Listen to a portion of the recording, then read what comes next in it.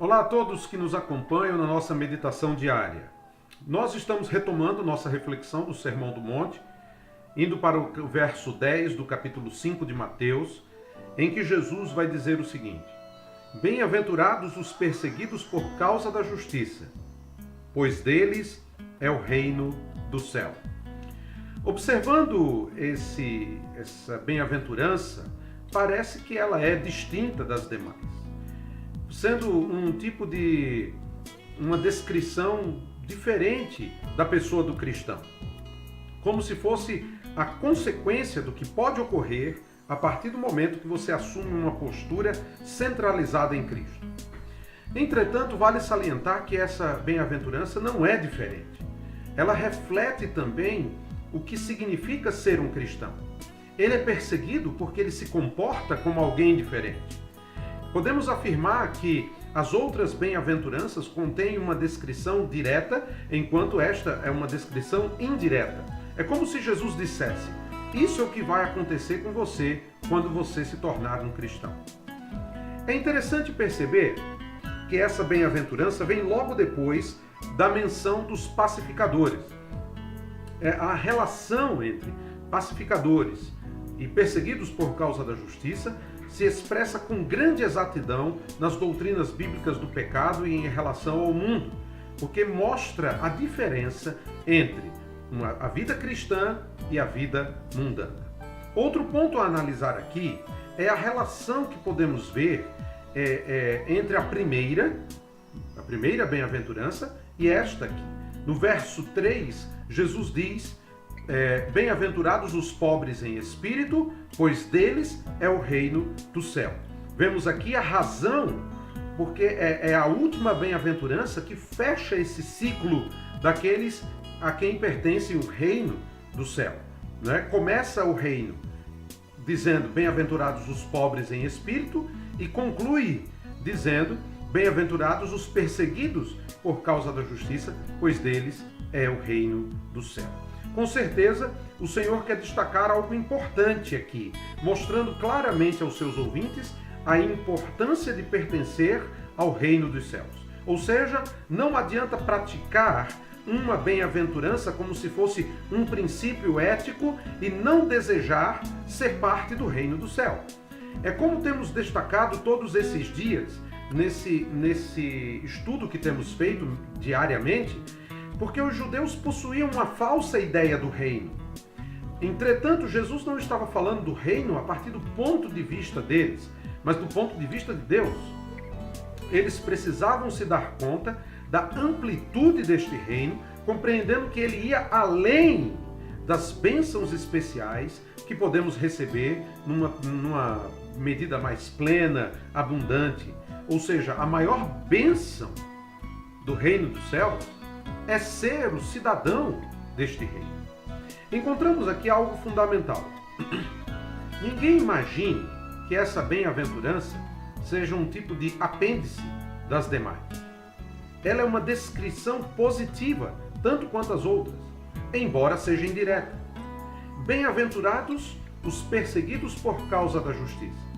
Que afirmação surpreendente é essa de Jesus aqui? Também inesperada. Mas lembre-se, ela forma um tipo de mosaico da descrição do cristão, estando junto com o coração limpo, o ser purificado, o ser misericordioso. É uma característica cristã, mas que infelizmente tem sido mal interpretada. Por isso nós precisamos compreender o ensino dessa passagem no contexto do Novo Testamento.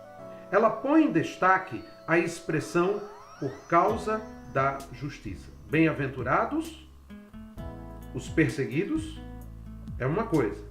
Bem-aventurados os perseguidos por causa da justiça é outra. Veja que há uma diferença entre um e outro. Entendeu? Temos que compreender essa diferença entre ser perseguido e ser perseguido por causa da justiça. Por que eu estou fazendo essa distinção? Porque alguém poderia pensar que alguém que é perseguido por causa de alguma ideologia, ela é bem-aventurada. Não é isso que Jesus está dizendo. Outros poderiam pensar, por exemplo, naquela perseguição que o chefe faz contra um subordinado por causa de alguma picuinha, né? Ou por causa de alguma coisa que hoje se chama de assédio moral. Também Jesus não tem em mente essa perspectiva. Certamente há milhares de cristãos sendo perseguidos no mundo por causa da sua fé. Entretanto, isso não se torna um versículo mais importante para eles do que para mim. Né? No Brasil, talvez, os irmãos que estão aí, talvez não sintam uma perseguição como a perseguição que ocorre aos cristãos na Síria, no Iraque, por exemplo. Mas a compreensão de Jesus era mais ampla. Então precisamos compreender o que não é ser perseguido por causa da justiça. Então vamos lá. Primeiro, bem-aventurados os que são perseguidos porque são repreensíveis. Era isso que Jesus queria dizer? Não. Bem-aventurados os que passam situações difíceis em sua vida porque têm dificuldades. Jesus também não disse isso. Bem-aventurados os que são perseguidos como cristãos porque carecem de sabedoria e são nécios no seu testemunho pessoal. Jesus também não está falando sobre isso. Certamente não é isso. Infelizmente, há muitos cristãos que sofrem perseguição porque eles agem de uma forma errada, de uma forma desorientada.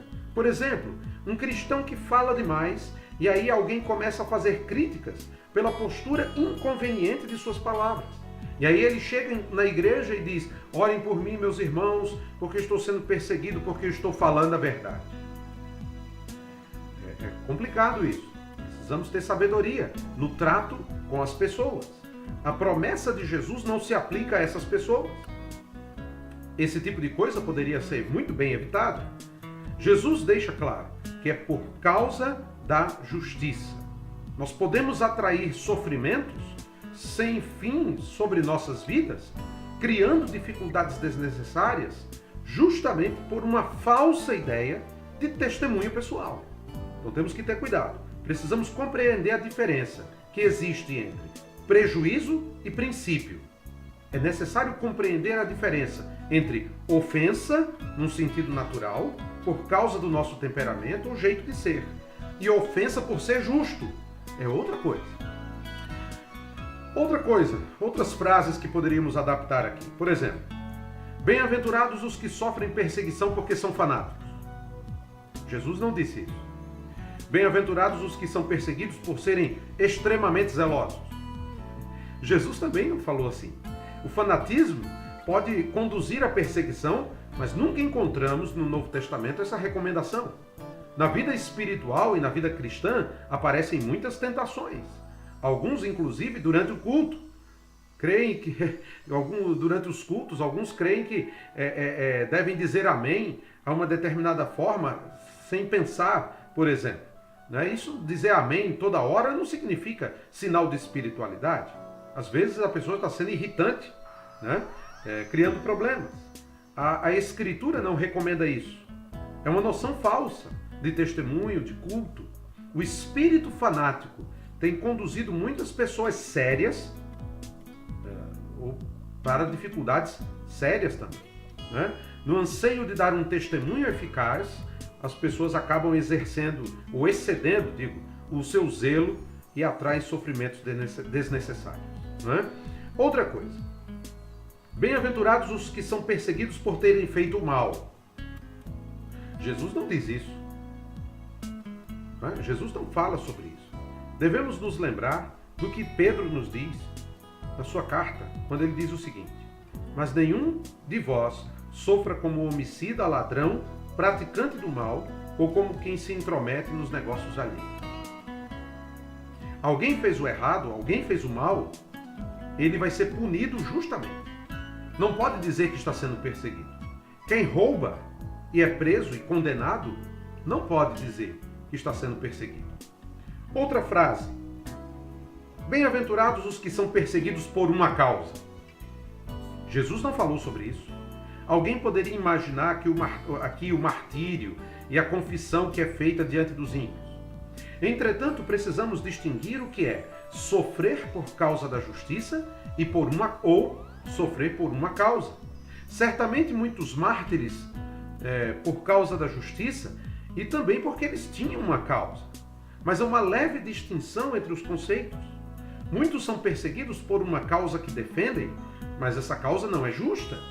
O perigo de se envolver em um espírito de mártir, desejando até mesmo um martírio, é justamente cair nessa falsa ideia, né?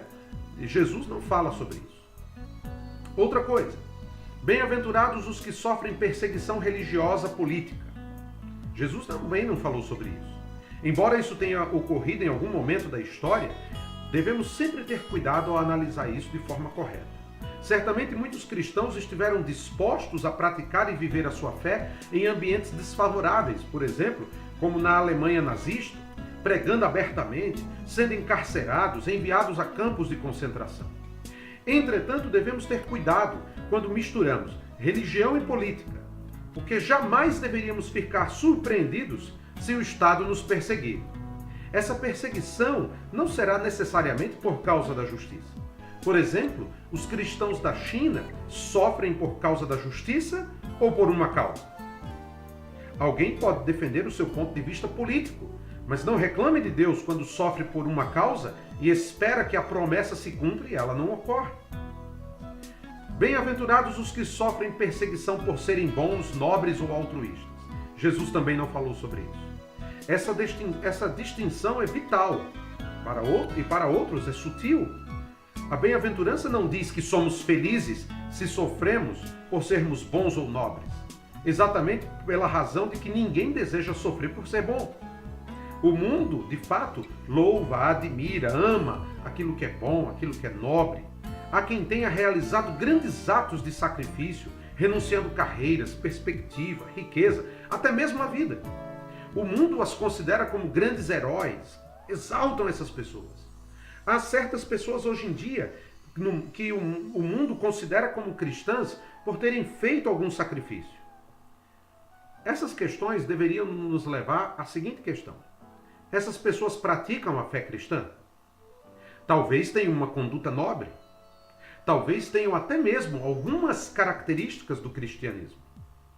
Mas não é suficiente para ser um cristão. Jesus não disse nada disso. Então, qual é a real compreensão dessa bem-aventurança? Nós veremos isso amanhã, na continuação dessa análise. E eu espero que você tenha um dia abençoado e esta meditação sirva para o seu crescimento espiritual. Que Deus te abençoe e tenha um ótimo dia.